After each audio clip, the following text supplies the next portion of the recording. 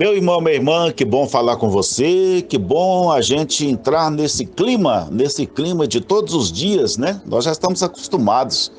Eu fico pensando quando a gente não puder mais fazer esses momentos assim, tomara que a gente consiga, que a pandemia acabe, né?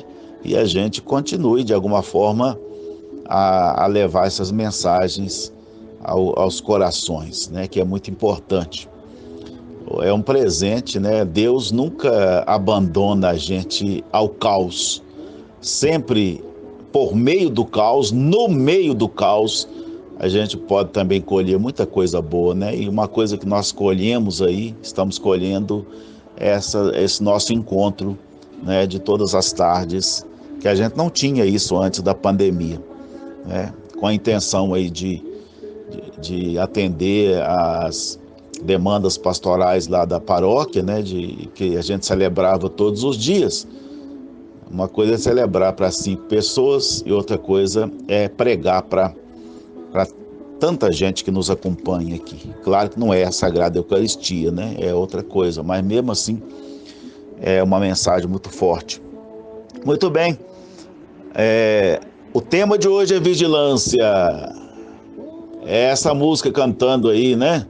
Sejamos vigilantes, porque não sabemos, é como guarda que não sabe a hora que seu patrão vai chegar.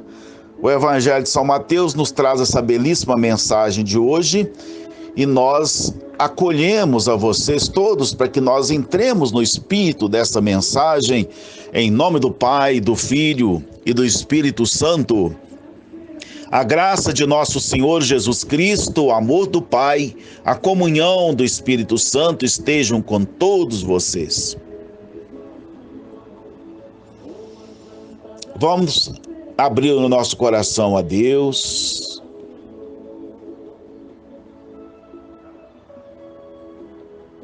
Deixar com que o Senhor semeie dentro de nós, nos nossos corações, a sua palavra, a sua força, e apresentemos a Deus a nossa oração de hoje. Olha, hoje nós estamos lembrando, fazendo homenagem, você que é católico, você que é evangélico, que me acompanha aqui, você valoriza aquela mãe orante?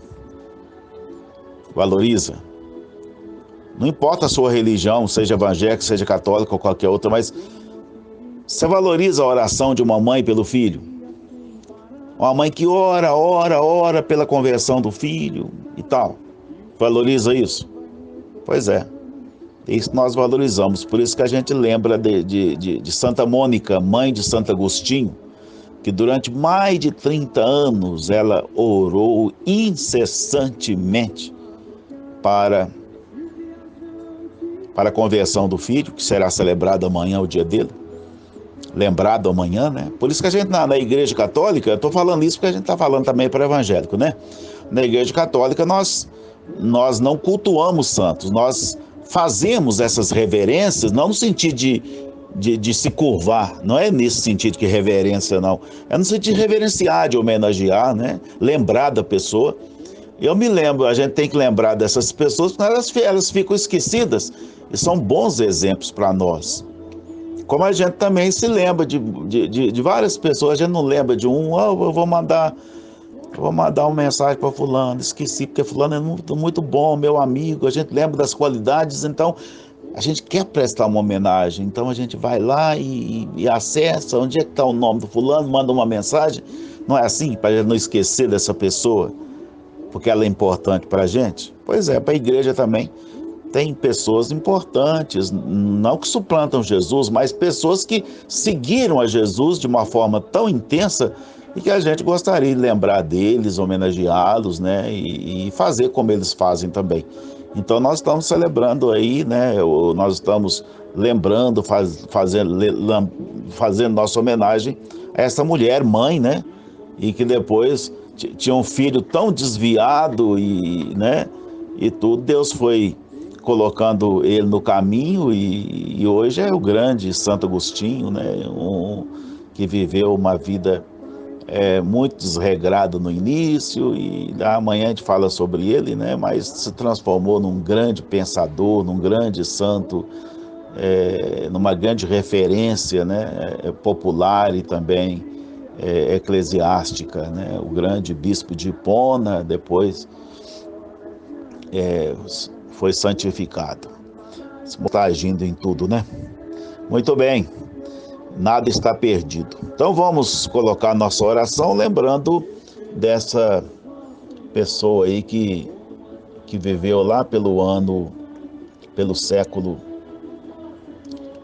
IV, né? Depois de Cristo. Muito bem.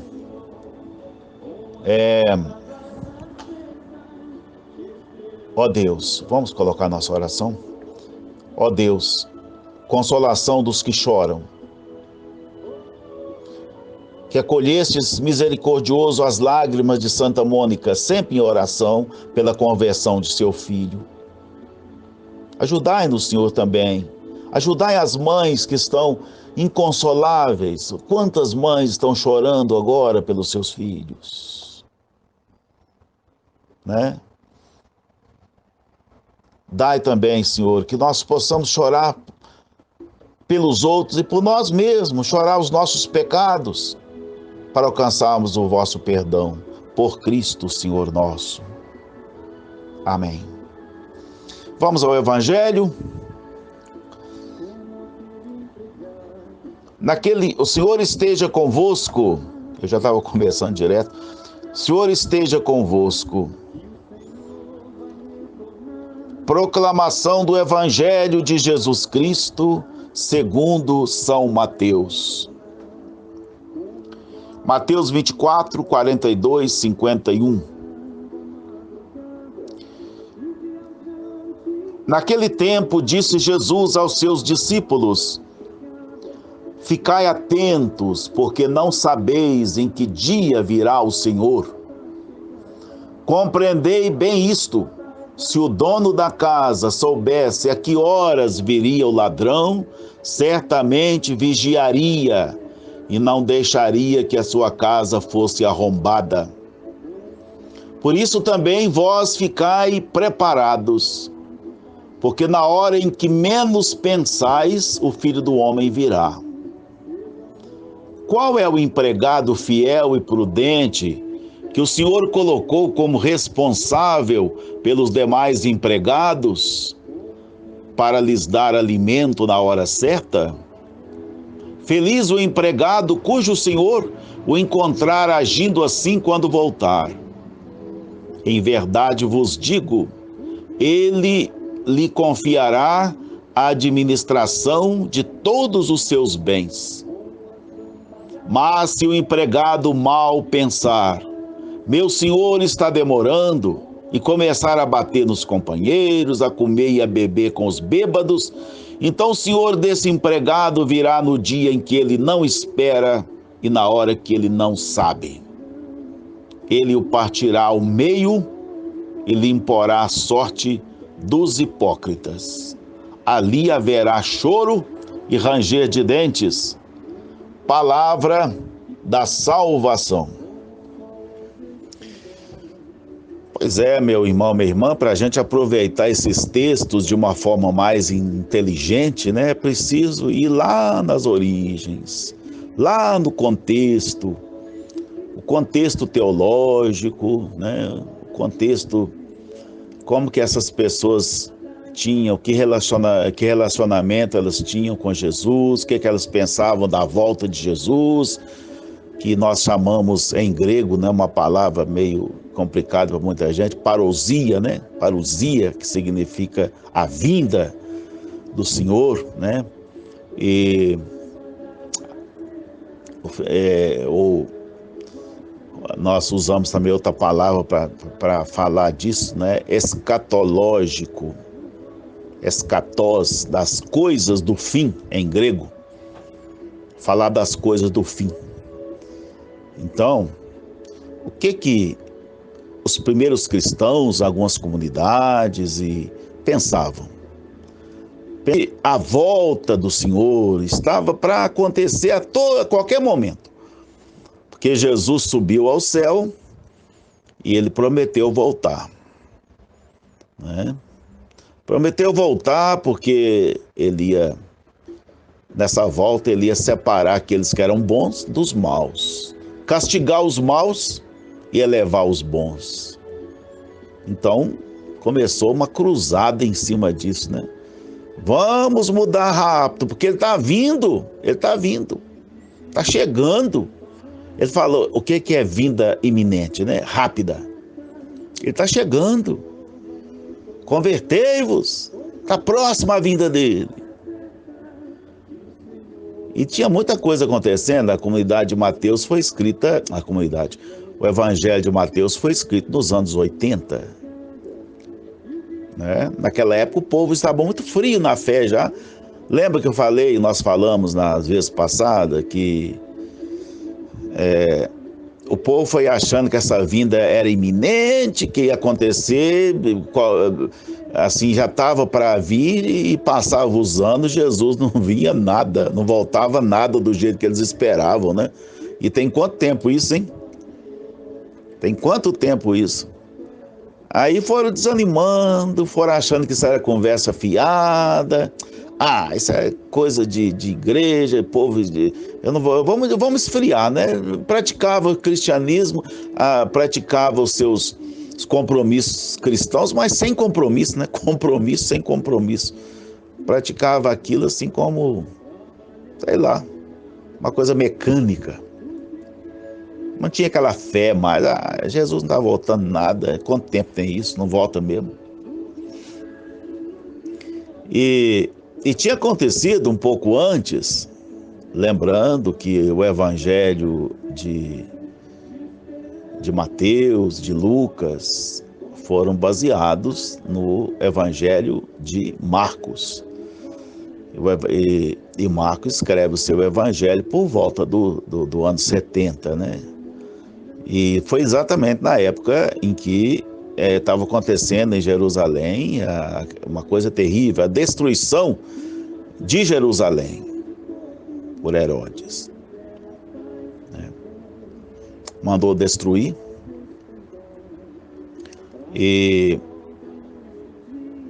aliás, pelo Império Romano. Mandou destruir a cidade. Isso foi uma tragédia. Depois, a perseguição aos cristãos. A situação da época não era boa, não. E o povo foi vendo isso tudo, destruição, perseguição, frieza na fé, desânimo. Aí Mateus vem depois, né, nos anos 80 já, com esse texto, se baseando em Marcos, mas colocando um foco diferente. A questão da vigilância. Se o Senhor está demorando, então vamos ficar vigilantes, porque para que relaxar? Está vendo a mensagem para a época? Para que ficar relaxado? Relaxado vai adiantar? Senão o Senhor vai chegar e vai encontrar vocês dormindo, relaxados. E aí está o sentido dessa parábola que ele coloca aqui, né?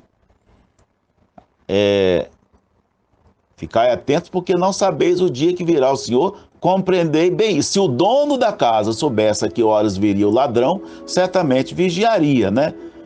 E depois ele fala também do empregado, que se o empregado ficar esperando o patrão, e o patrão demorar, e ele bater nos companheiros, levar uma vida desregrada e tudo mais, né? E o patrão pode chegar desprevenido e pegar ele de calças curtas, né? Como nós falamos. Então, veja que a questão da vigilância, ela está em Mateus, porque o evangelista queria trazer uma mensagem para aquelas comunidades da época, que estavam desanimadas, levando a vida de qualquer maneira, porque o Senhor estava demorando a voltar. Mateus então diz: Vamos ficar vigilantes, não importa quando. Você não sabe que hora que vai chegar. Aí entra uma questão que eu queria falar para vocês também. Aí vem aquela questão assim, mas e quando ele chegar, o que ele vai fazer? Essa chegada significa o quê? Essa vinda de Jesus significa o quê? Bom, a vinda de Jesus está relacionada ao seu nascimento. Ele veio para quê? Ele veio não foi para salvar? Para que todos tivessem vida? Através dele? Pois é. Então qual vai ser a vinda? A vinda de Jesus seria o quê, hein? É um espetáculo no céu? Já pensou? Dar aquele estrondo? Igual lá onde é que estrondou? Pena que eu não estou ouvindo para vocês responderem, né? Lá no Líbano, né? Aqui no Líbano é fichinha, né? Imagina. Aí Jesus aparece lá no céu. Agora é minha vez. Eu pego vocês. Tá vendo? Vocês não ficaram vigilantes? Agora eu pego vocês. Vou castigar todo mundo que foi mal.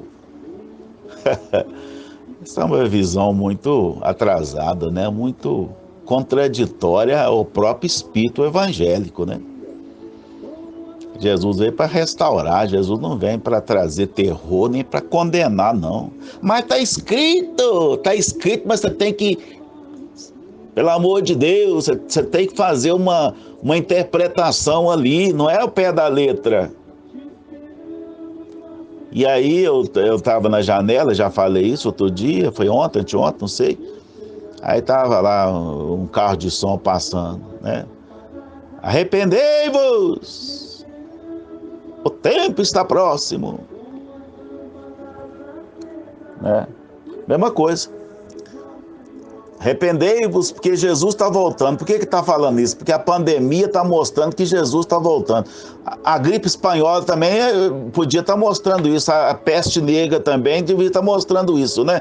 Porque não é só isso. Isso não é a primeira pandemia que acontece no mundo.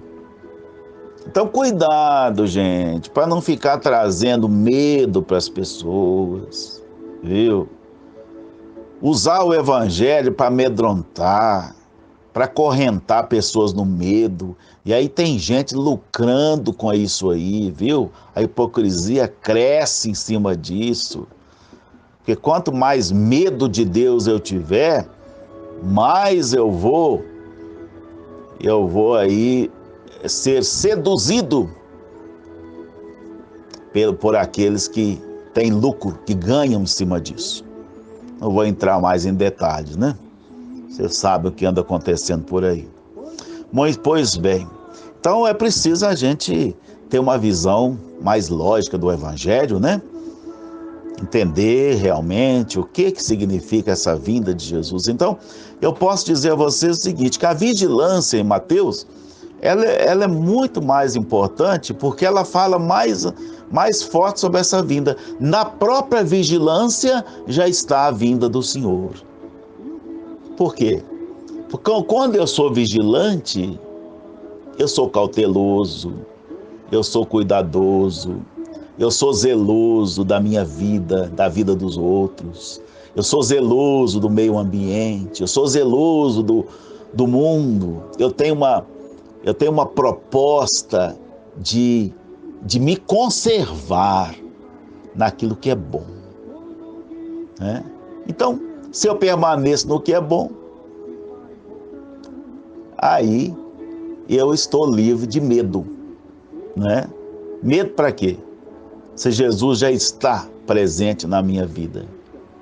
E que nós queremos que um dia aconteça o fim dos tempos. Ué, padre, que isso? Você está querendo fim de tempo? Não estou falando de fim de destruição, não. Estou falando de finalidade. Nós esperamos que essa finalidade da nossa pregação do Evangelho se cumpra, ou seja, traduzindo, o objetivo se cumpra e que todos possam, independente de religião, de tudo, se juntar como um só povo, valorizando aquilo que é central, a vida. É isso. Quando isso acontecer, Jesus voltou. Nós temos que lutar por isso. E temos que observar, sim, as coisas que acontecem no dia a dia. Tá errado, não. Não para pregar medo, mas para pregar conversão. São sinais do tempo. É o tempo dizendo para nós, a realidade gritando para nós. Vamos nos converter, porque senão vai ficar pior. Esse é o apelo evangélico. Pior quando a gente está dormindo, né? Quem está dormindo não aproveita os grandes momentos que Deus oferece para a nossa conversão, para a nossa vigilância. Tantas oportunidades. Quem está dormindo pode perder tanto as boas oportunidades, como pode perder, pode se envolver nas más coisas, porque está dormindo. Dormir não é do cristão. O cristão deve acreditar, seguir em frente e vigiar. Amém.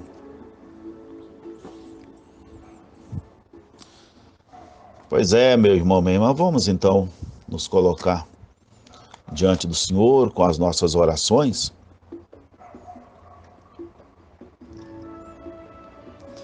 Eu queria, inicialmente hoje, que a gente orasse, rezasse pela família da Edviges, nossa paroquiana, muito presente lá na nossa paróquia, toda a família. A mãe dela faleceu hoje. E é Dona Maria das Dores. Uma senhora que eu tive a oportunidade de visitá-la na cama. E mesmo ali, sem mover quase e tudo, ela estava sempre com um olhar de alegria, de esperança. Essa mensagem que ela deixou.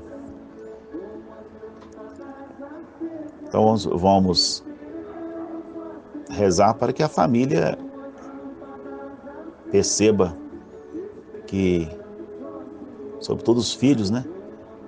Que mãe não morre não, viu? A energia da mãe é tão forte que a morte não consegue apagar, não. A energia do amor de mãe. Outro dia alguém me perguntou assim, acho que eu não soube falar muito, sabe? Na hora que eu...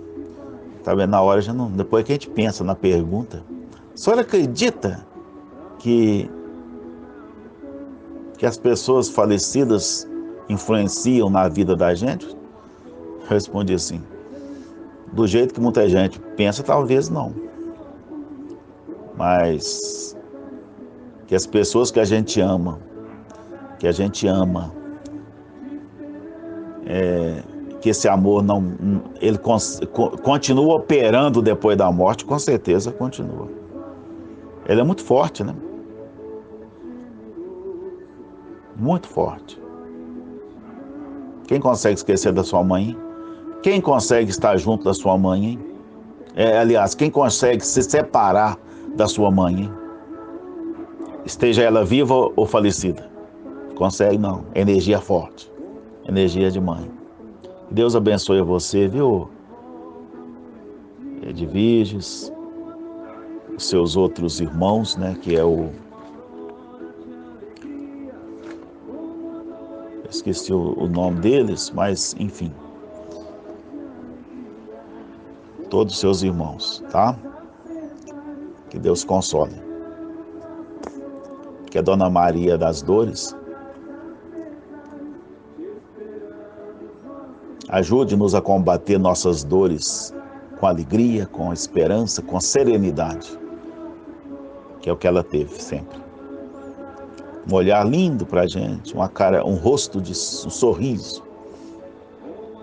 Queremos hoje também rezar pela família do Naison, sobretudo a sua mãe, Dona Vitalina, seu outro tio, que eu não sei o nome. Hoje é 7º dia do senhor Osmar Cerqueira de Souza, que foi levado pela Covid. Vocês não puderam estar no velório, não puderam ver o corpo, mas não tem problema não. Como diz Jesus, quem mata o corpo não pode matar o espírito, né? Não pode matar a essencialidade da pessoa. Conservem-se sempre ao lado dele e que ele sempre esteja ao lado de vocês, com muito carinho, que ele sempre mereceu. E também eu queria pedir orações para vocês agora. Gostaria que vocês fizessem uma oração para essa pessoa que está em profunda depressão. Depressão é uma doença muito complicada, né? Ela atinge tanta gente hoje, nesse mundo tão conturbado.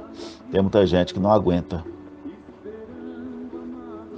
Mas vamos dar as mãos no sentido espiritual, rezar por Cílio Fábio Lima. Ele é irmão da Marlene. A Marlene, acho que eles moram em Betim. A Marlene foi minha colega de primário. Ela é sobrinha da minha tia Lourdes, casada com meu tio Rosalino, também já falecida, a irmã dele, tia Lourdes. O José Vitor está vivo, graças a Deus, com 98 anos. Nós queremos pedir a Deus pelo Cílio. Faça uma oração agora.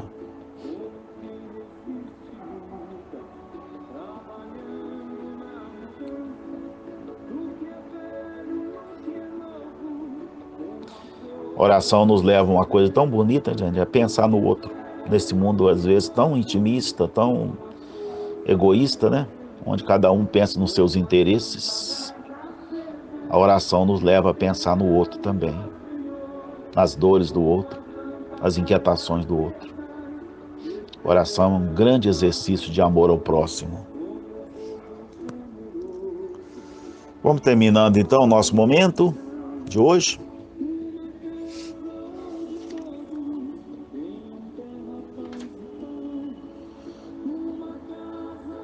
Deus Todo-Poderoso, a força divina deste encontro, dessa palavra, nos ilumine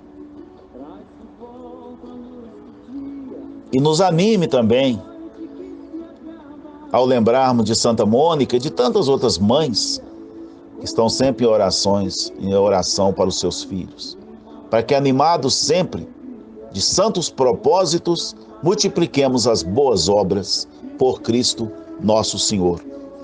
O Senhor esteja convosco. Abençoe-vos o Deus Todo-Poderoso, Pai, Filho e Espírito Santo. Desça essa bênção sobre todos e todas e permaneça para sempre. E até amanhã, na graça de Deus.